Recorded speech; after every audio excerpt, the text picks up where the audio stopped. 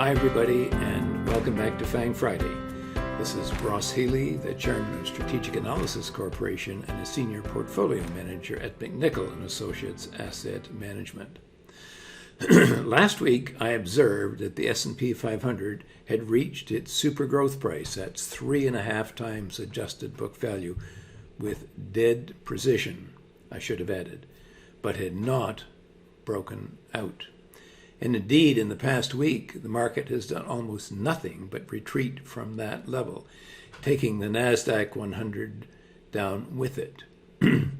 Today, we're going to see how the FANG stocks have fared since then. Now, I must tell you that the super growth price is a very powerful breakpoint in the mathematics of SVA. So I am concerned that we may have reached a peak in the market. Overall values in the U.S. market are particularly poor, and lower valuations would be in order. Since the beginning of this current rally, it's largely been the growth stocks that were so badly beaten down last year that have led the way back up again in this rally to date, sometimes with spectacular results. It has often seemed that the worse the values, the larger the rally has been. And I see a number of commentators and pundits proclaiming that we have already seen the lows for the market way back in October, and that a new bull market is already underway. I would observe that I would need to see the Standard & Poor's breaking out over its super growth price before I could agree. Until then, I would label what has occurred so far as another market rally, albeit a strong one for the growth stocks.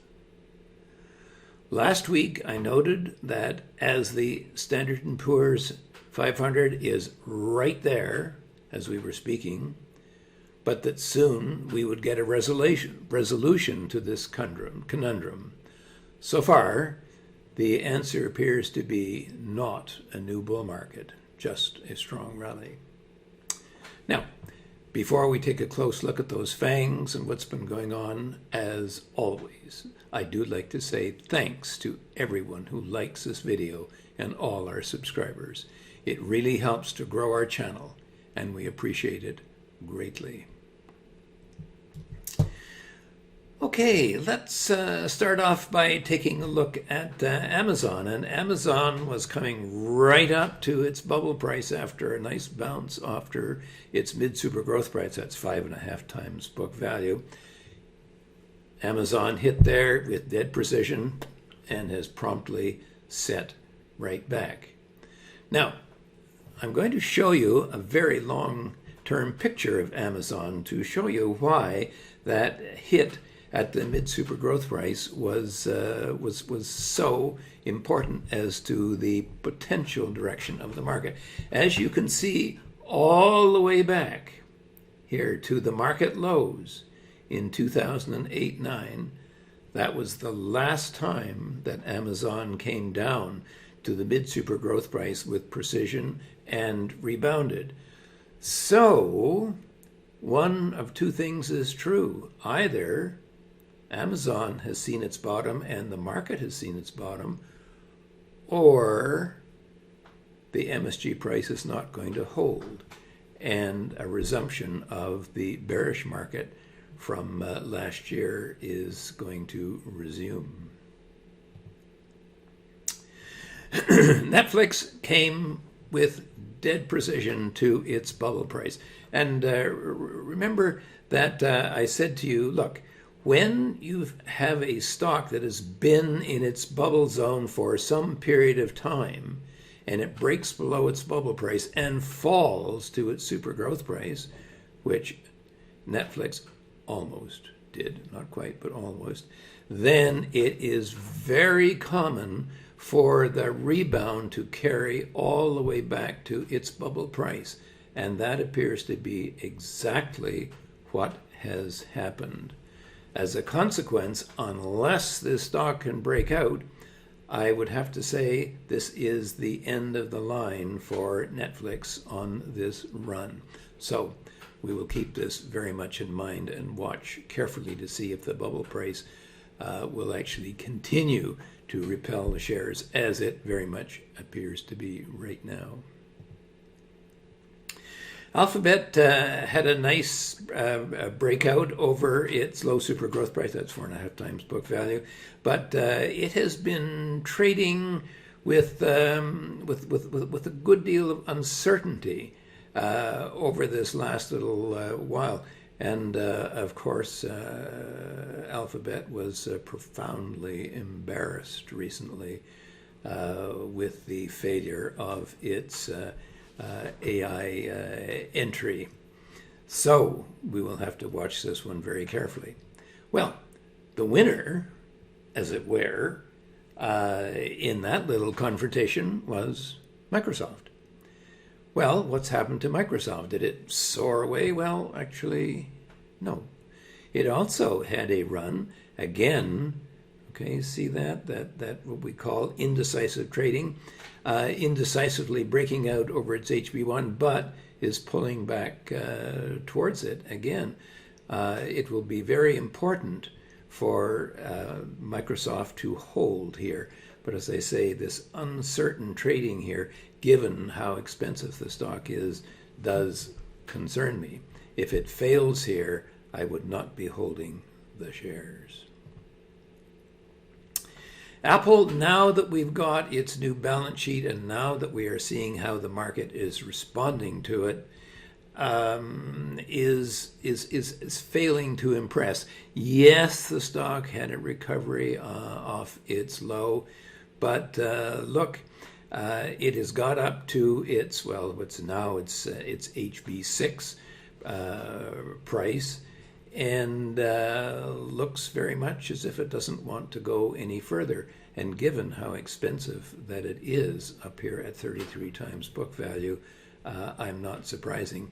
Its quarterly earnings were not inspiring. Tesla continues its spectacular bounce off its bubble price. And right now it's sitting between its HB2 and its HB3, which is 12 and 16 times book value. I would not do anything with my Tesla shares right now unless or until first it gets to its HB3 or falls to its HB2 and fails to hold, given how crowded the industry appears to be and the direction of its fair market value.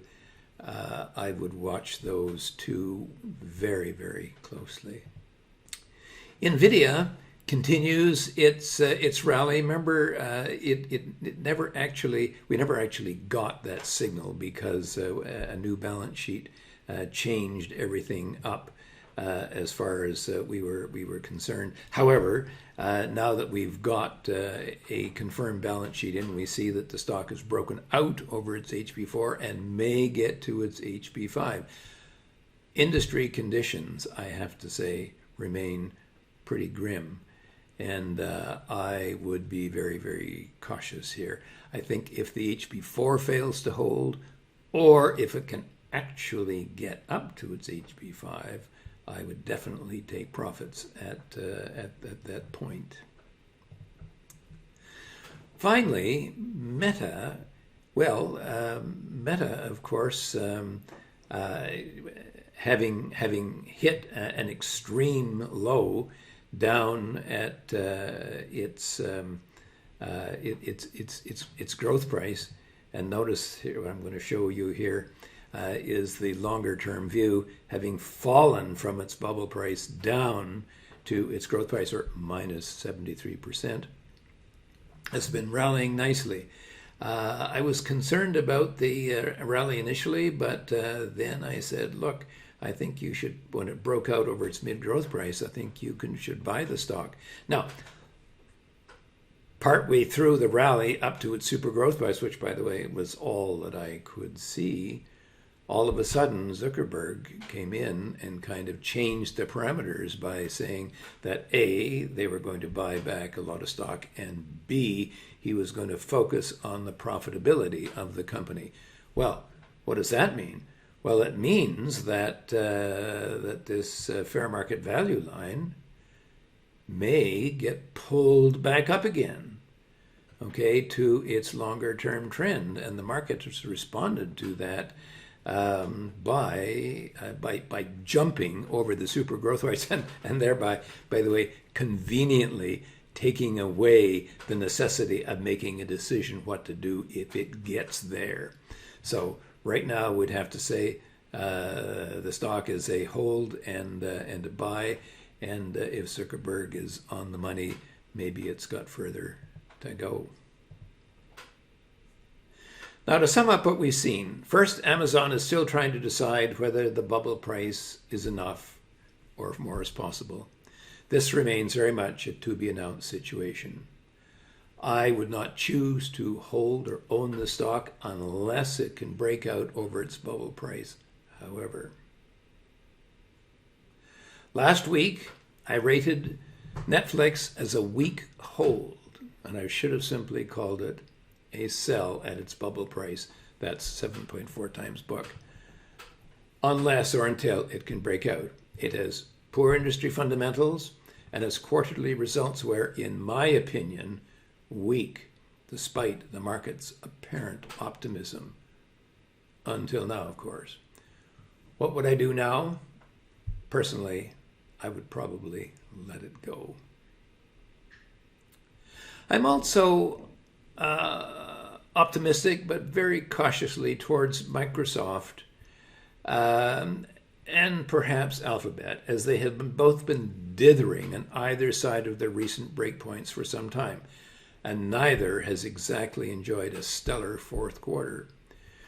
Alphabet, of course, suffered that major embarrassment last week, and the stock plunged right back down to its LSG price, 4.5 times book, but stopped cold.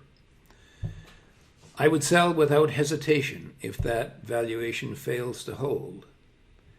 I would take the same action in the case of Microsoft if its HB1 price, that is 9.5 times book, failed as well. I've never called for a sell on Apple, but now that we have seen the new balance sheet, it does appear that the HB6 price is not holding.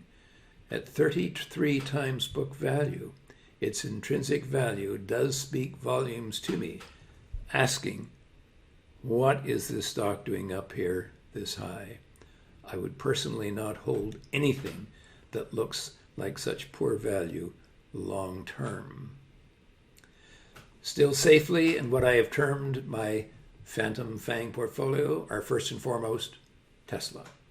Tesla has been stellar off its bubble price low and continues to soar with the current FANG stock sentiment. However, it's not cheap, and the company is in an increasingly crowded marketplace.